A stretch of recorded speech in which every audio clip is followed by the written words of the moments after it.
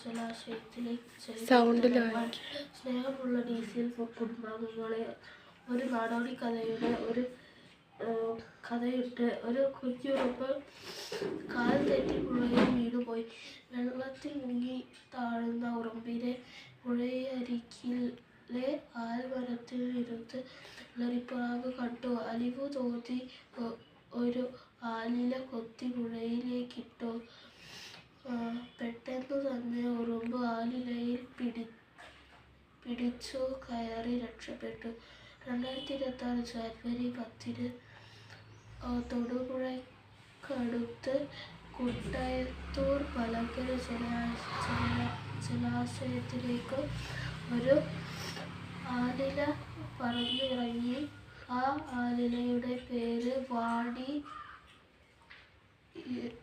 യപുരക്കൽ അജിയുടെ മക്കളായ പൊന്നു എന്ന് ഓമനപ്പേരുള്ള കീർത്തന എന്നാണ്.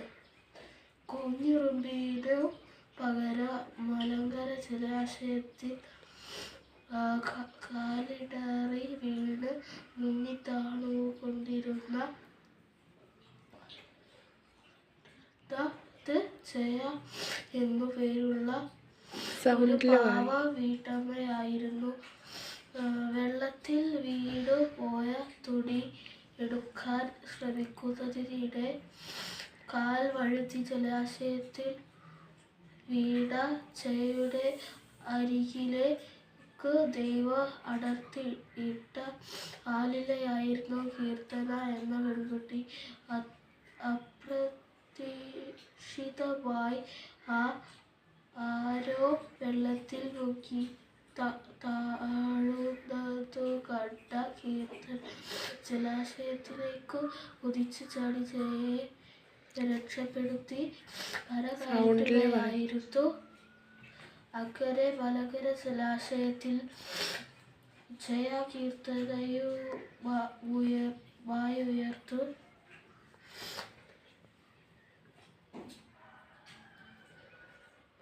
സമയത്ത് ഈ മക്കൾക്കു തന്നെ രക്ഷിക്കാൻ ദൈവം തോന്നിപ്പിച്ചില്ലായിരുന്നെങ്കിൽ, പ്രിയ കൂട്ടുകാരെ, കീർത്തന നമുക്ക് ഒരു പുസ്തകമാണ്.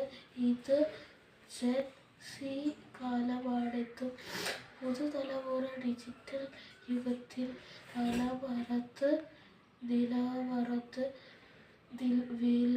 വിലമറന്ന് നശിക്കുകയാണെന്നും വിലപിക്കുന്നവരുണ്ട്. അതിനവർക്ക് ചില കാരണങ്ങളുണ്ടാക്കും. വീട്ടിൽ മൊബൈലിൽ ഗെയിം കളിക്കുന്ന, ടിവിയിൽ സിനിമ കാണുന്ന കുട്ടികളിൽ പലരും അടുത്ത മുറിയിലോ അടുക്കളയിലോ ഒരു ചെറിയ സഹായത്തിന്